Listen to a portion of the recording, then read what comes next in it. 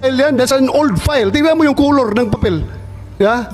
Color na papel. At saka yung butas doon sa confidential. Lumang papel yan. Pero ang tanong dyan, sino may hawak ng papel?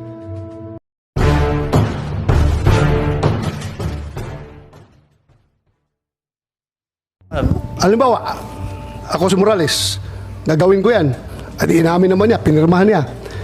Ngayon, kung sinabihan ako na hindi i-disapprove yung operation na yan, magkakaroon ba yan ng control number? Hindi po. Oh, hindi. So, meaning,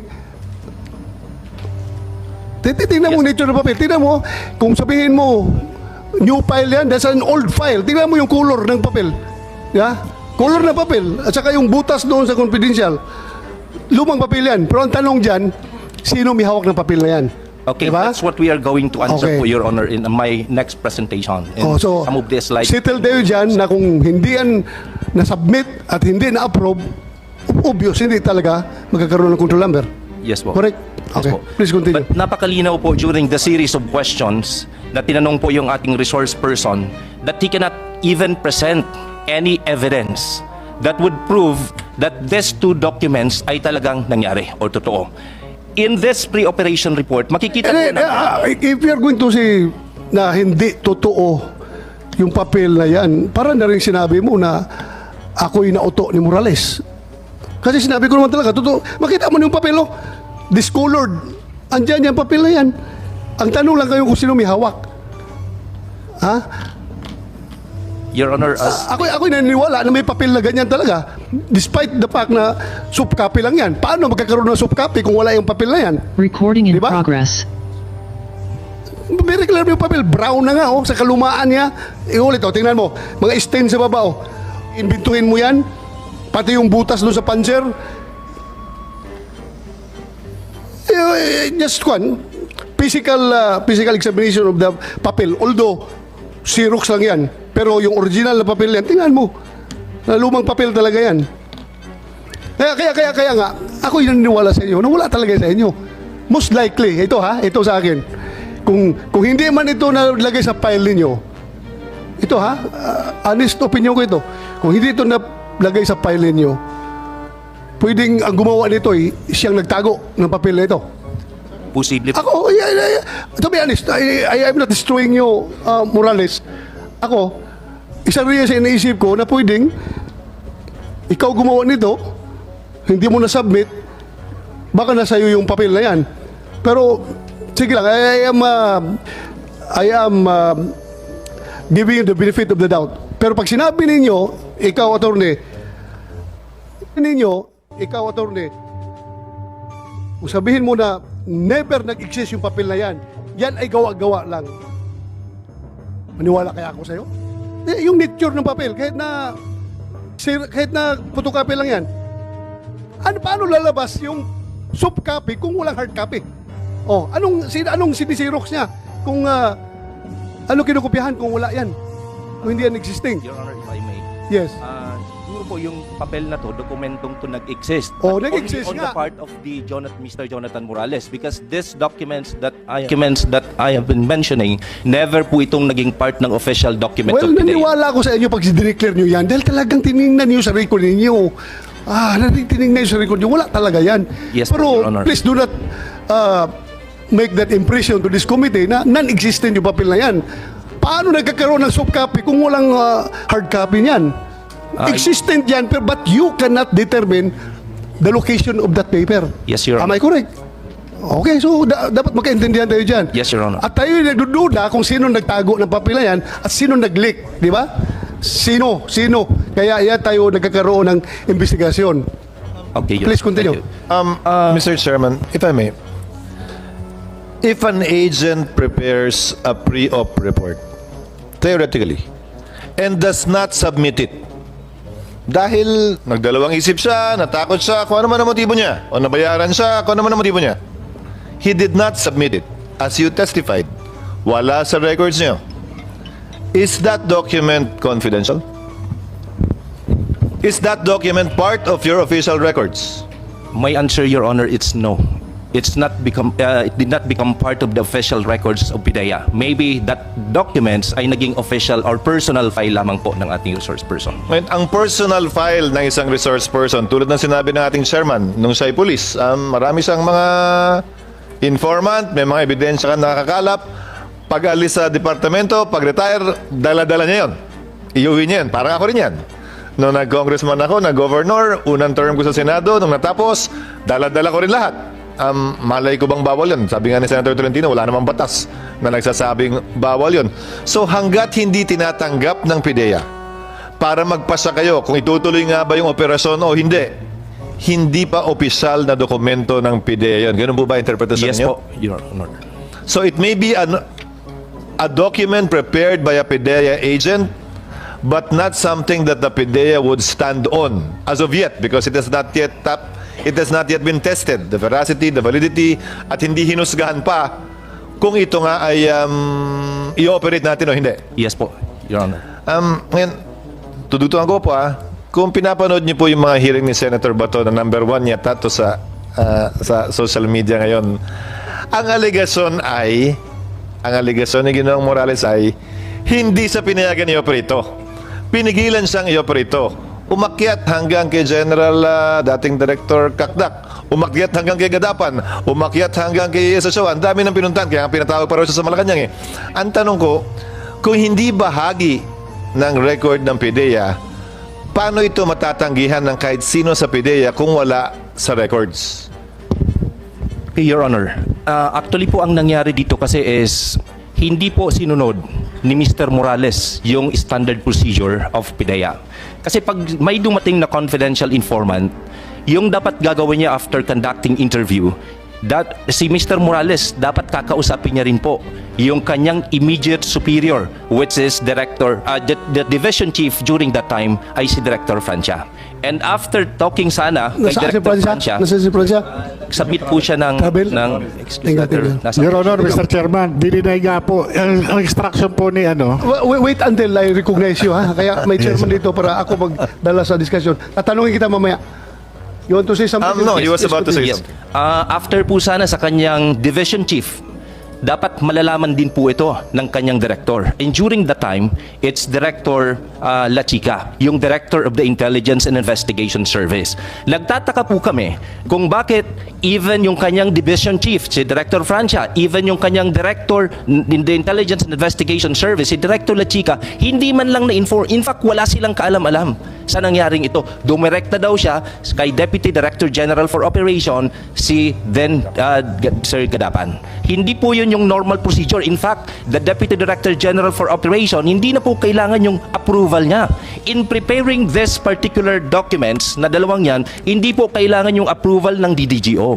Ang mangyayari po, doon lang sa level nila, dapat naayos doon, and after that, kung after validation, okay, so dapat doon pa lang sila kukuha. Magre-report sa Plans and Operations Service para po makakuha ng Authority to Operate and Pre-Operation Report. So At in yung this case, binabanggit ninyong Deputy Director Gadapan, nagkataong pumanaw na. yes po. Pero so far, yung mga buhay pa, hindi pinapatotoo. Yes po. Actually, Yung mga allegations yes po. so far Actually, na- Your Honor, sa presentation ko po, kasama po dyan yung affidavit of the 8 agents that during that time, they were assigned doon po sa Intelligence and Investigation Service. Now, kung sila po Sandali, sandali, ha? Andito man lang si General Kakdak. Sir, this happened during your time? Di ba, 2012, ikaw, o si Gutierrez? No, Your Honor, it was still Yusek Gutierrez. Ayun si Gutierrez pa, sir? Yes, sir, because I assumed October 18, but my order is October 11. Okay, thank you, sir. Thank you, Your Honor. Mahirap pala na tayo matanong dahil puro pumanaw na, nasa langit na. Thank you. Thank you, sir, thank you. If I Please may continue. Dito po sa dalawang nakita natin na pre-operation reports in Authority to Operate, sabi ko po kanina maraming blanco. And then we have to take note of the fact na linagay niya po dyan na 7 other personnel of the IIS, Intelligence Investigation Service. Consistent po yan doon sa kanyang naging letter sa aming pong Director General of PIDEA dated April 7, 2024 na yung conduct niya ng interview doon sa confidential informant ay in front of some other IIS personnel. So ano pong ginawa ni PIDEA para po malaman kung totoo o hindi? pinatawag po namin yung mga naka-assign during that time sa Intelligence and Investigation Service. Sino-sino yon? We have consulted the Director of the Human Resource Management Service of PIDEA, and then kinausap namin sila, nangyari ba talaga to o hindi? Recording in Ang sabi progress. po nila, wala po silang kaalam-alam, wala po silang natatandaan based on their personal recollection na may nangyari pong confidential informant na nag-report stating therein na yung subject po na nandito sa ating pre-operation report and the authority to operate ay naging po. Okay, yung nga, na-discuss na natin ang previous hearing, no? Yung affidavit nila. Yes, next. Pero yung tinanong ko sila, were they present during the time na kinausap ni Morales yung confidential agent, allegedly, yung araw na yon, which was a Saturday? Ang sabi rin ng mga agent na yon is, wala daw sila dahil Sabado. Yes po. Wala daw sila doon. So tinanong ko pa nga, ano magiging implication nitong affidavit niyo doon sa pag-disclaim sa claim ni Morales na wala pala kayo doon sa area nung panahon na yan. Kaya just to be fair, just to give way to all these testimonies. Yes po, Mr. Chair. Pero Sige, po, continue. sa letter niya po kasi, Your Honor, binanggit niya po na yung kanyang pagkakausap dun sa confidential informant ay in front of some other IIS personnel. That's why, ang ginawa ni PIDEA... Yung nga problema, hindi nga niya masabi kung sino yung mga tao Yes na yun. po. We Ma-recall mo, Morales, sino yung mga kasama mo doon? Your Honor, nandun po doon sa deposition. Nandun po kung sino-sino yung nandun present. Hindi mo bigay ang pangalan. Wala mo, hindi ka malala. Hindi. Harap mo. Your Honor, napakatagal na po nung ano na yun, pagkuha ko ng statement. At yung istorya na yung 2012, Your Honor, nung kinunan ko yung confidential informant. Kaya yung pong sinasabi nila, no, na ganyan, ano, pinaharap nila yung mga dati kong kasama. Your Honor, naiintindihan ko po yung pinagdadaanan ng mga kasama ko. Wala naman ho silang pagpipilian. Kung pipiliin nila ako o pipiliin nila yung trabaho nila ngayon, Your Honor. Okay, sige, thank you. Your Honor, continue. dito po yung mga nag-execute ng affidavit, we can once again ask them regarding this. Kasi wala naman pong ibang sasabihin si Mr. Jonathan Morales na kasama niya kung hindi po yung mga naka-assign doon sa Intelligence and Investigation Service. And then, one thing, Your Honor, if I may continue, dito po sa ating pre-operation report, ang nakalagay po dyan na unit is Unit 4-C. Yun po yung address sa Rockwell, Unit 4-C. At kinonfirm po ito ni Mr. Morales during the first hearing. At ito po yung lumalabas sa social media for the past 2 months na nakikita po ng lahat, nakikita po yung address 4-C po ito. At ito po yung kinonfirm niya for several times. Inamin naman rin niya na clerical error yon. 46-C talaga yung unit ni Marcel Soriano kasi nakalagay din doon sa ibang papel niya 46-C, di ba? Yes po, sir. So ano mangyayari naman yan sa atin yan yung mga nagkakamali tayo sa ating mga papilis? Mas importante na confirm natin na mayroong 46-C sa Rockwell na pinagmamay-ari ni Marcel Soriano na inamin mismo ni Soriano when he testified before this committee. Di ba? Your Honor, ang point lang po namin is sobrang magkaiba po yung Unit 4-C sa Unit 46C. Yung nga, inamin nga niya, nagkamali daw siya, kaya 46-C yun ang totoo. Tinanong ko siya kung saan ang totoo, 4-C or 46-C. Kasi mayroon din siya papel dyan na 46-C. Nakita mo? May papel siya dyan na 46-C. So, kinumpronta ko siya, saan itong dalawa ang totoo. Sinabi niya 46-C. So, let's leave it at that. Thank you. Please Thank you, continue. Your Honor. Please, next slide. Yung ating pong pre-operation report and authority to operate, they do not exist in the PIDEA Regional Office, National Capital Region, records of operational coordination reports.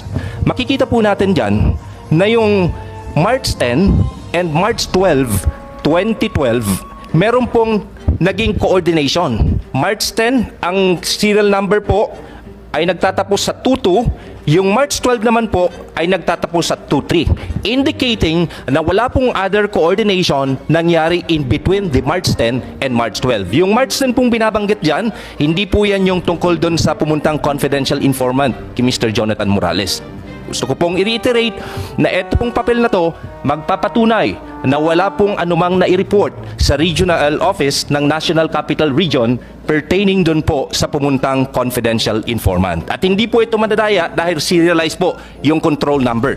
Magkasunod po yan wala pong in-between na nangyari and wala pong other coordination. Kailangan ba talagang ipaparating mo doon sa regional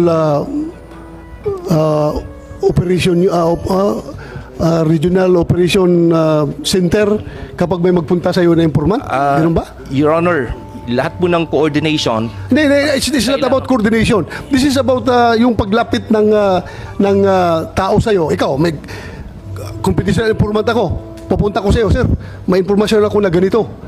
I-report mo kagad dyan sa Regional Operation Center na may pumunta sa akin na informant? Is that the way it is? hindi po diretso, Your Honor, after na po ma-process. O after nga ma-process. So after ma-process. Yes po. Sige, continue. Thank you, Your Honor. Next slide, please. These documents do not exist in the records of the National Operations Center of PIDEA. So katulad ng nakita natin sa previous slide, the serial number dun sa March 10 and March 12, 2012 ay magkasunod. Yung isa nagtatapos po sa numbers 1, at yung kasunod po nagtatapos po sa numbers 1, 2. Ibig sabihin, I think, I get your point. I get your point. The mere fact na wala siyang control number, wala talaga. No use discussing all these things. Yes. Kasi wala naman talagang control number yun. Paano natin ikumpara?